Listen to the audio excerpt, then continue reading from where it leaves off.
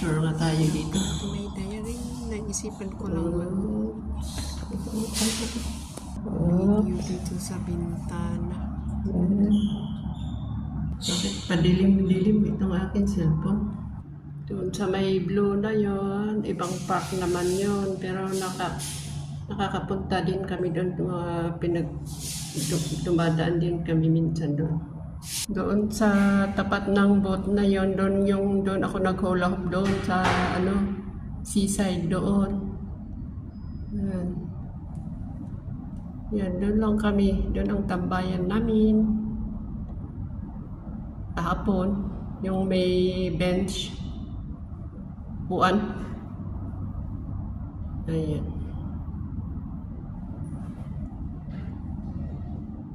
Okay. Bakit dumilim? Ano ko? Bakit hindi walang pakisama itong cellphone? Paano ba yun?